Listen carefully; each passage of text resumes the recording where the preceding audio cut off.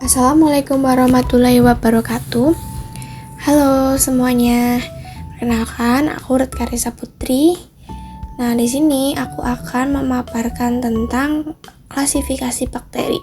Nah, ternyata bakteri itu diklasifikasikan jadi beberapa kelompok loh. Nah, berdasarkan apa aja nanti kelompok bakteri tersebut kita akan bahas satu persatu. Oke? Jadi, ikuti terus ya. Oke, jadi bakteri itu dikelompokkan berdasarkan cara mendapatkan makanan.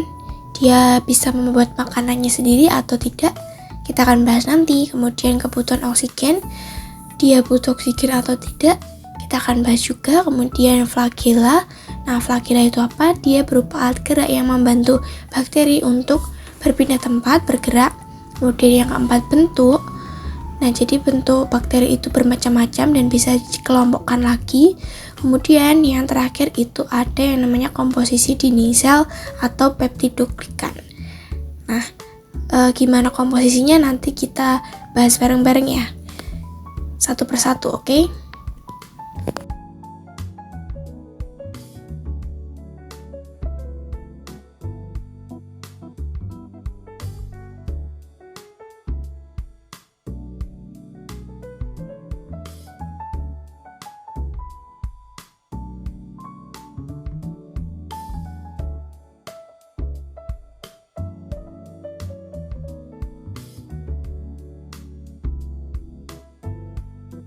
Nah, berdasarkan bentuknya dia dibagi menjadi 3 bentuk dasar, yaitu koki atau kokus yang artinya bulat, kemudian basil yang artinya batang, dan yang ketiga spiral.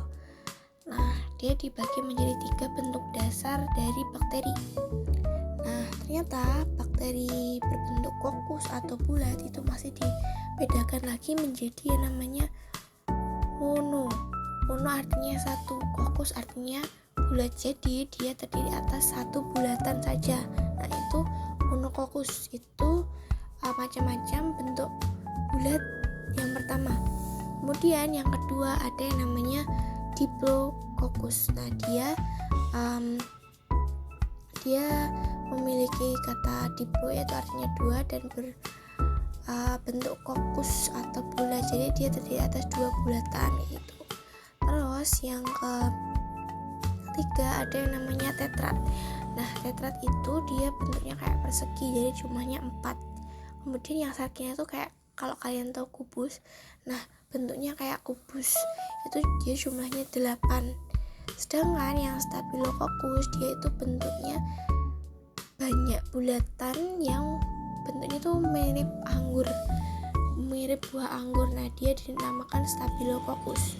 Dan yang terakhir adalah streptococcus. Streptococcus itu dia terdiri atas banyak bulatan yang membentuk rantai memanjang. Nah, itu namanya streptococcus.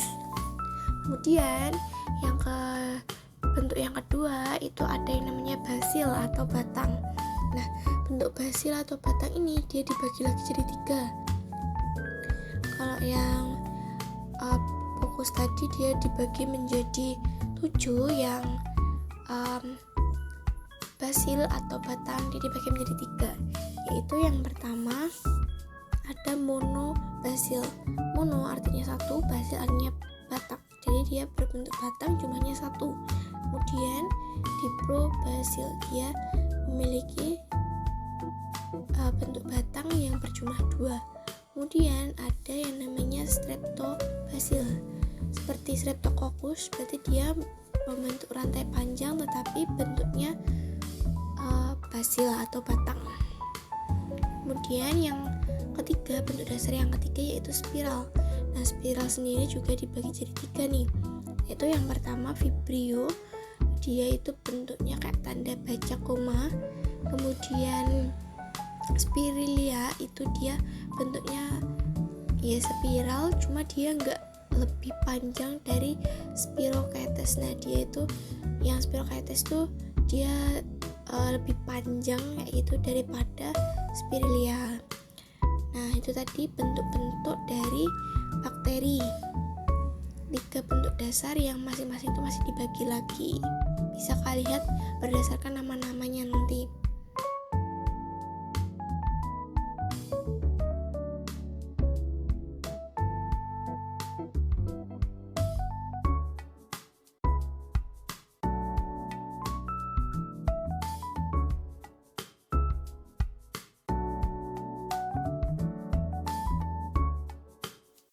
Nah, yang selanjutnya adalah cara mendapatkan makanan. Nah, bakteri itu berdasarkan cara mendapatkan makanannya itu dibagi menjadi dua, yaitu heterotrof yang tidak mampu menyusun makanannya sendiri. Dia berarti membutuhkan makhluk hidup lainnya ya untuk membuat makanannya sendiri. Nah, yang pertama dia itu sifatnya parasit. Yang parasit itu artinya merugikan, berarti dia itu mengambil nutrisi dari makhluk hidup yang masih hidup. Makhluk hidup lainnya yang masih hidup. Nah, di situ contohnya ada bakteri E. coli. Dia mengambil nutrisi dari organisme yang masih hidup. Kemudian yang kedua ada saprofit.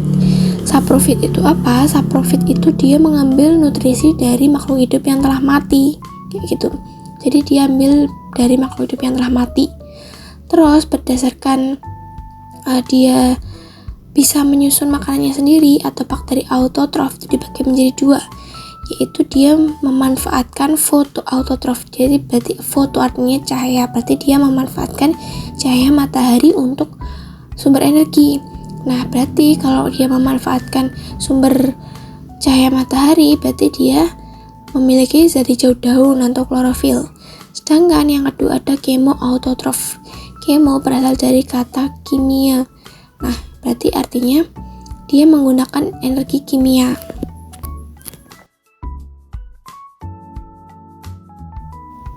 Oke, yang selanjutnya adalah berdasarkan letak flagela. Nah, flagela itu apa? Tadi flagela adalah alat gerak bakteri yang membantu dia bergerak, berpindah tempat, kayak gitu. Nah, ternyata dia dibagi menjadi 5, yaitu atrik. Dia tidak memiliki flagela sama sekali, jadi dia polos. Kemudian yang kedua ada monotrik. Mono artinya satu, trik artinya flagela, jadi dia cuma punya satu helai flagela di satu ujungnya. Terus lovotrik, dia memiliki banyak flagela tapi hanya ada di satu ujung juga, tapi jumlahnya banyak. Terus yang keempat ada amfitrik. Amfitrik dia memiliki banyak flagela di kedua sisi tubuhnya.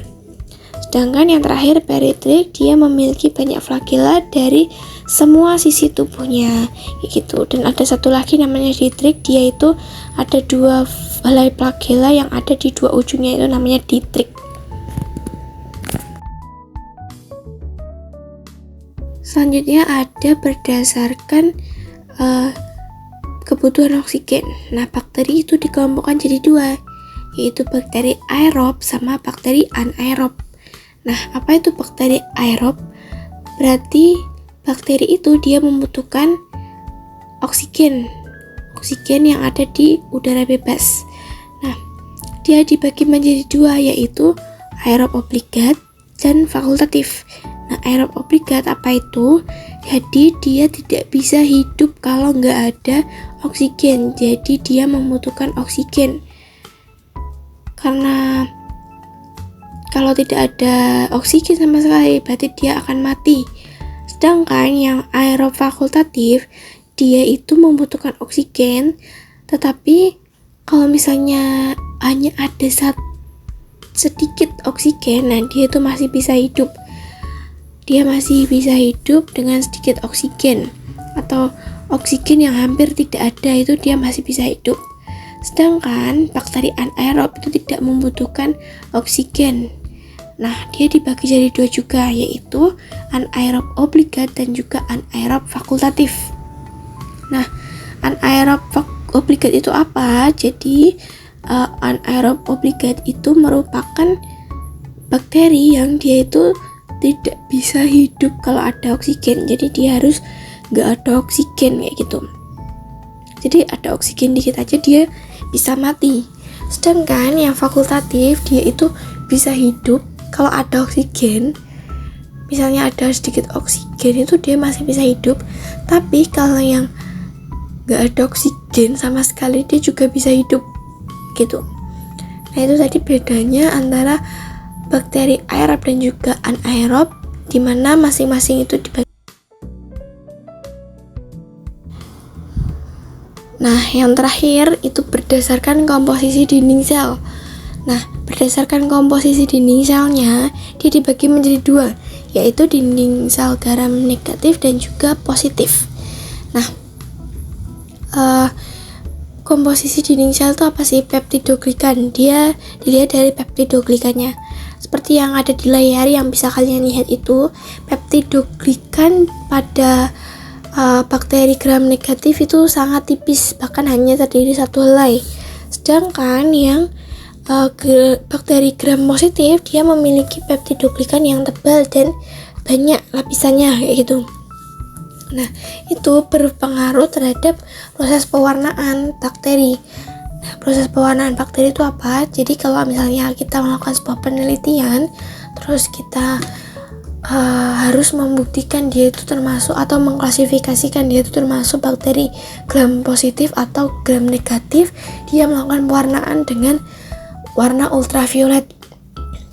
Nah, dengan warna ultraviolet itu kita bisa melihat dia itu masuk gram negatif atau positif. Ketika gram negatif itu kan dinding selnya atau peptidoglikannya itu tetap tipis, sedangkan yang peptidoglikan dari gram positif itu tebal. Nah, itu berpengaruh terhadap proses pewarnaan. Yang gram positif dia cenderung bisa mempertahankan warna dari proses pewarnaan karena peptidoglikannya tebal, sedangkan yang negatif tidak. Dia cenderung mudah kembali ke warna aslinya. Nah, itu bisa kalian lihat di layar bahwasanya ada banyak perbedaan bakteri gram positif dan negatif setelah diwarnai. Yang positif warnanya ikut ultraviolet, sedangkan yang negatif dia kembali ke. Oke, jadi itu tadi merupakan klasifikasi bakteri atau pengelompokan bakteri yang didasarkan dari 5 hal, yaitu yang pertama tadi bentuk, kemudian cara bertahan hidup, cara mendapatkan makanan, kebutuhan oksigen, dan juga komposisi dinding selnya atau peptidoglikannya.